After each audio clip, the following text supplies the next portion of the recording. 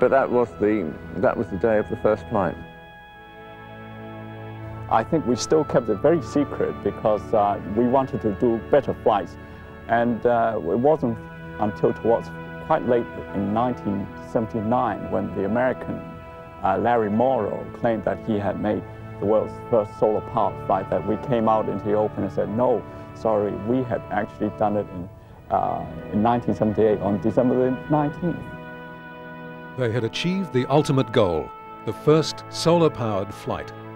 Believing that the pressure had finally subsided, they made numerous repairs and alterations in preparation for a more formal and witnessed flight. Among those was the search for a lighter and more experienced pilot. They found this new pilot in Ken Stewart, ex-British national gliding coach and author of the Glider Pilot's Manual.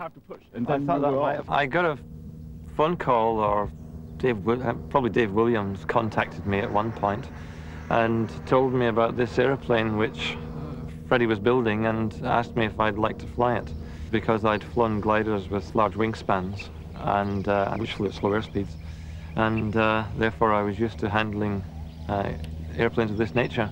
You never refuse to fly another airplane, someone else's airplane, especially something that no one else has flown before. So it was a good opportunity to get my hands on it. The first time I saw it was, well, literally the first night I flew it. I'd never seen the thing before. I never knew anything about the production or anything. It was all great secret until I was asked along, and that was it.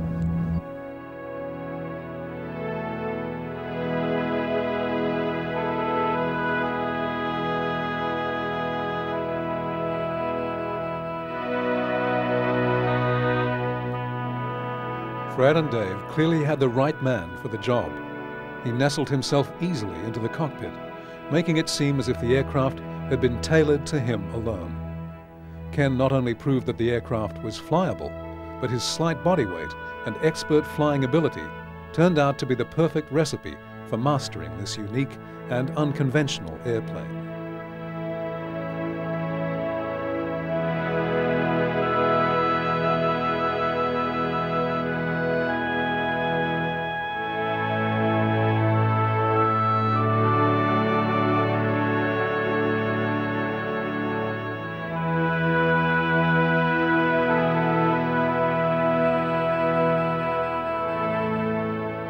As Ken quickly became comfortable at the controls, Fred and Dave began to plan Solar One's unveiling, her first press flight. Calling upon aircraft enthusiasts and the local media, they set the date for June 13th, 1979. The day was very similar to it is today, only probably worse. We had thunderstorms going through fairly regularly, and we were just trying to find a gap in the thunderstorms.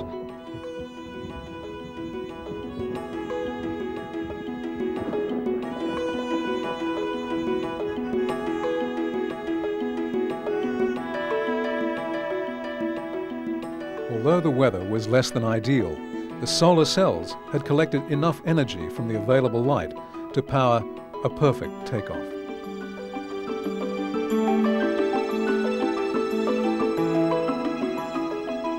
I was so happy with the takeoff and how well it was going that I was quite happy to, instead of just stopping the engine and landing ahead, to actually open up the engine again, start it up again and fly a bit further. The thing that probably I can remember most about the actual flight was the silence, because you expected a roaring engine in front of you when you take off, and all we had was this relatively quiet whir, probably not even as noisy as an electric drill.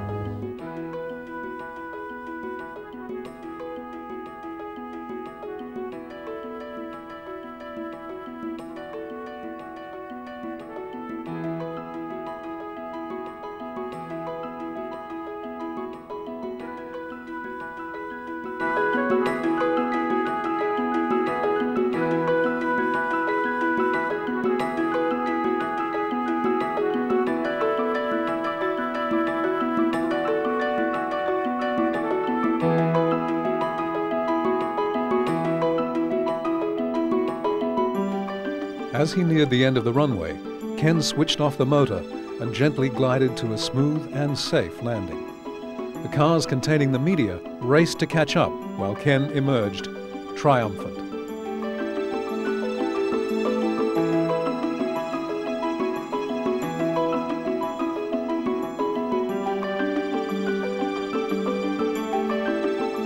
There's nothing much changed, I don't think. It's still the old aeroplanes. No, I recognize it now, coming down here, and I didn't realize you had come to almost the end of the runway here. This is amazing, eh? Yeah. Because I do remember the sheds there, the hangars.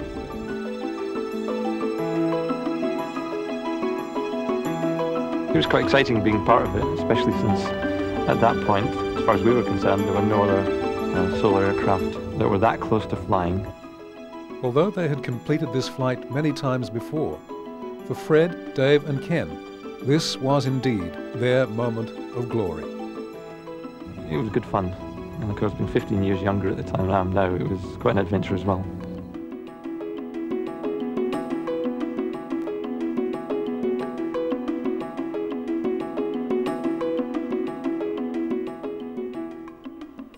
Although their flight did receive some coverage from the press, there were critics. Many felt that the addition of the battery could not legitimately constitute pure solar-powered flight. We don't claim anything. We claim we flew under battery power but charged by the solar cells, and we still claim that. And basically, it's not in the purest language, that is not pure solar-powered flight, but that was solar-powered flight because the power came from nowhere else but the sun. But the attention of the press had turned to the United States, where another solar-powered plane was being unveiled. Designed by Paul McCready, the California-based Gossamer Penguin was used as a solar test bed. Everything happens around this Pasadena, Mojave Desert place, this Californian scene, because conditions there are quite ripe for all these things to happen. You've got the weather, right? That's the important thing. You've got the type of people going there, looking for new things. You know, without California, some of these legislation on pollution would have never come about. Ironically, Penguin was sponsored entirely by DuPont, and with solar cells donated from NASA. The Penguin completed many successful flights, but it was McCready's next plane, the Solar Challenger, that was the real eye-catcher. Using every available surface to house the solar cells, the Solar Challenger flew without the aid of a battery. Fred could only wonder about what might have happened had they found sponsorship for Solar One. There must have been a connection between the idea that I proposed. I mean, unless two ideas were being proposed concurrently, that McCready actually flew Solar Challengers somewhere in the early 80s and did the very flight that we would have liked to do. But it was a great flight. I mean, McCready's a great man. On July 7th, 1981, the Challenger flew from Paris to London. Well, it's a typical story. The Americans have the money. But that's no discredit to McCready because he is a genius. While the Challenger went down in the history books as the world's first purely solar-powered flight, Solar One was sold to a fellow enthusiast who hopes to fly it again in 2003 for the 100th anniversary of the Wright brothers' flight. In no way would I rank myself anywhere, or David or I or anyone in this team anywhere near the Wright brothers. That was aviation. This is peanuts.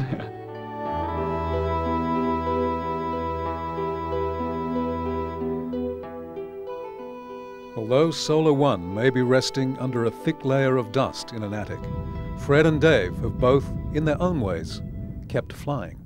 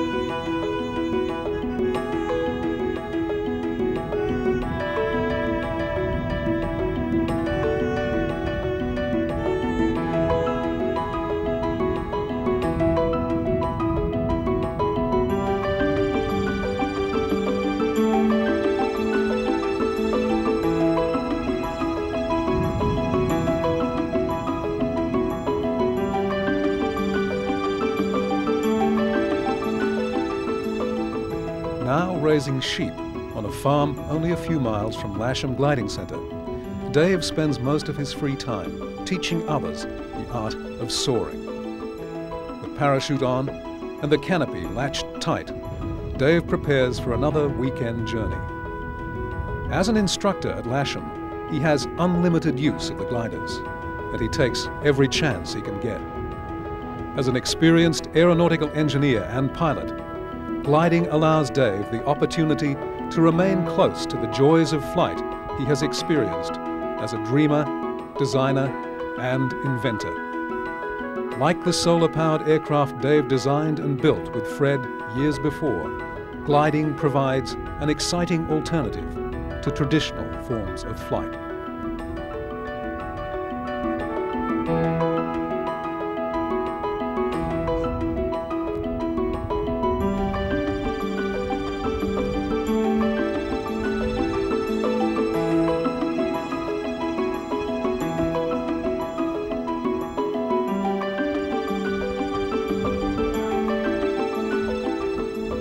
This glider may still rely on a gasoline-powered tow plane to hoist it into the sky, but the benefits are hours upon hours of soaring, with the green patchwork quilt of the English countryside passing far below.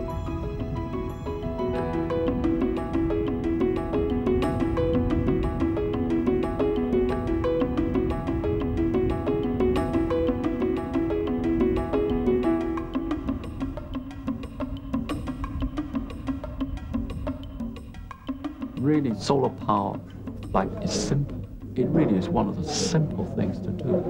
You just have to have the money and the patience to put it together. Mathematically, it's very simple to prove the whole thing works. Just go and build the aircraft. There's very little development to be done, you know, if you want to buy solar power. You just have to make the airplane light enough. And that is precisely what Fred set out to do. After Solar One had achieved its goal, he immediately began planning a totally different kind of aircraft.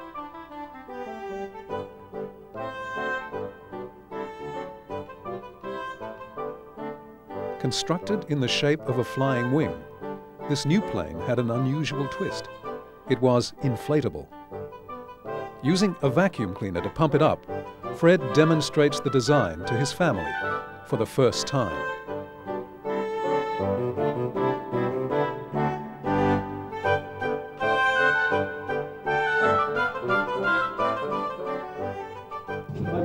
Sad truth is solar cells are not becoming that efficient. The sad fact also is, another fact is that batteries development haven't progressed. We knew actually it was difficult to produce anything better in terms of batteries. This we understood even back in the 70s, I mean, and we weren't going to wait around for that, so we did what we could. But I have a feeling, a large feeling that solar power will go nowhere except for reconnaissance, high altitude unmanned reconnaissance. Nothing will happen until the development of solar cells makes a quantum jump. While waiting for the technology to catch up with the designs, Fred continued to experiment with inflatable aircraft, testing models and drawing up blueprints.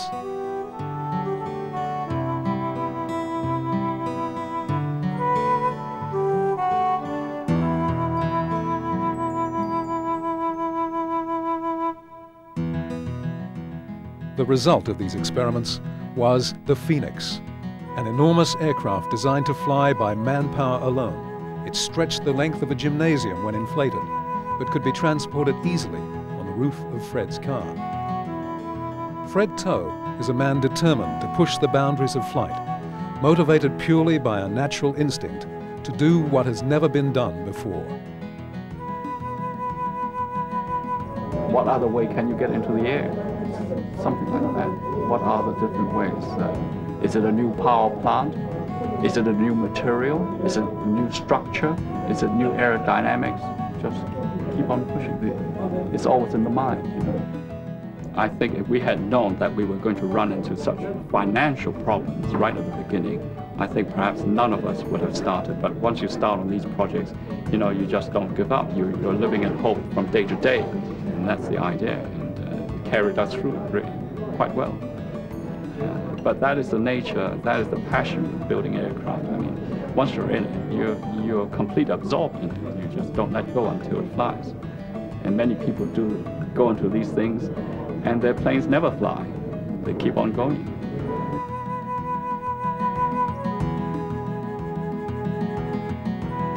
I think the motivation between me and David was really, it was there, and let's do it before anybody else, in fact.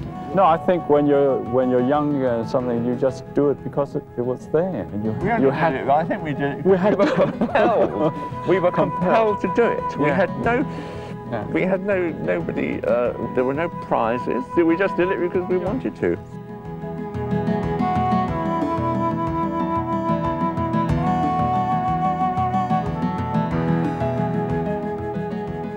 Fred, Dave, and others like them use their skills, determination, and creative intellect to pursue alternative forms of flight. These modern-day inventors chase their dreams despite constraining financial burdens, limited resources, and the constant risk of failure. They are pioneers, relentlessly pursuing a dream that dates back before Greek history: to soar to the sun.